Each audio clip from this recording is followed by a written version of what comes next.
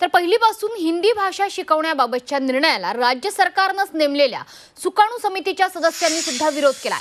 हिंदी भाषा शिकवण्याचा निर्णय घेताना मत विचारात घेतलं नसल्याचं सुकाणू समिती सदस्यांचं म्हणणं आहे। नव्या शासन निर्णयाला सुकाणू समितीतले सदस्य आणि ज्येष्ठ शिक्षणतज्ञ रमेश पानसे यांनी सुद्धा विरोध केलाय।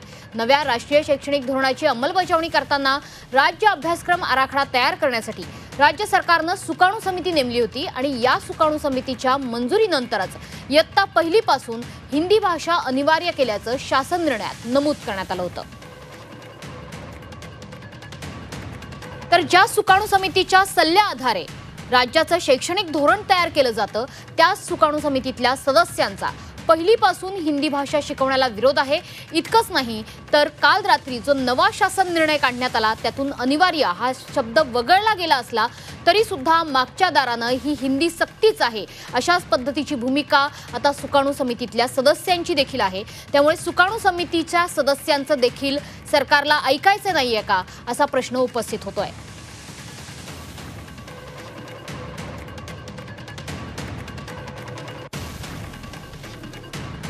तर नव्या शैक्षणिक धोरणासाठी सुकाणू समितीची निर्मिती करण्यात आली होती। मात्र या सुकाणू समितीतल्या ज्येष्ठ शिक्षण तज्ञांनी सुद्धा नव्या शासन निर्णयाला विरोध केलेला आहे।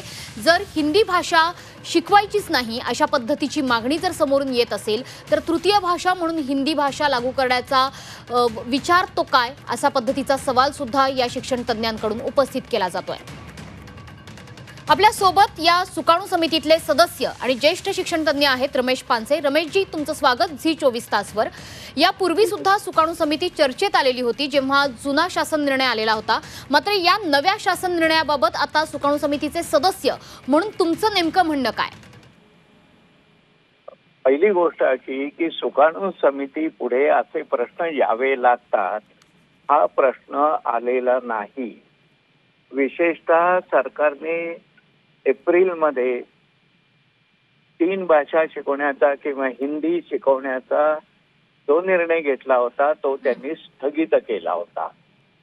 आमचा आग्रह होता त्याला स्थगित नुसतं नाही तर तो मागे घेतलेला आहे निर्णय अशा तऱ्हेचं निवेदन सरकारने करावं, लेखी करावं।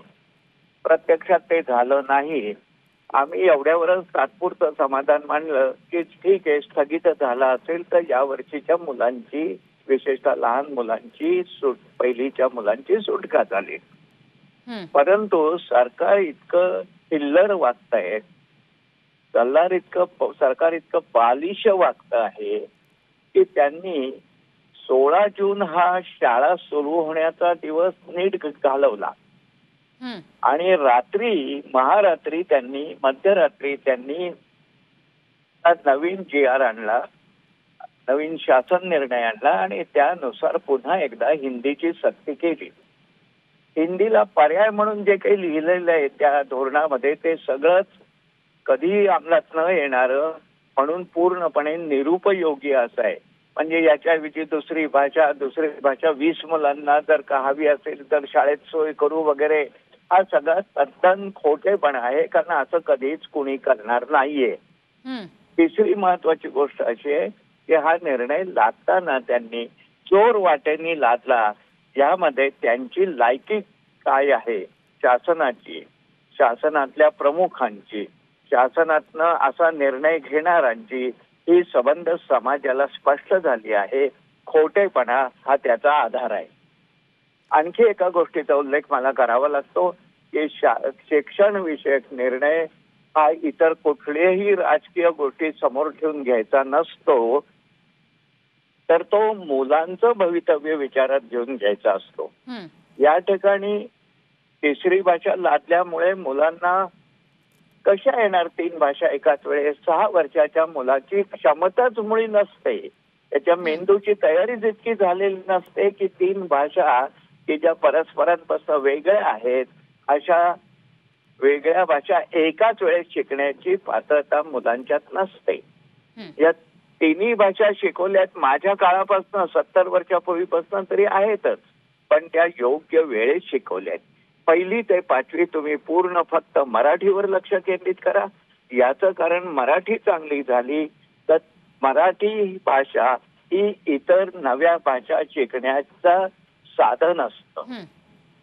आता हे साधन तुम्ही तयार होऊच देत नाही आणि त्याच्या जोडीला इंग्रजी आणली 25 वर्षापूर्वी. तोही एक महामूर्खपणा होता सरकारचा. परंतु त्यावेळी जी आणली, आता 25 वर्षात कुठल्या मुलांना किती इंग्रजी आली?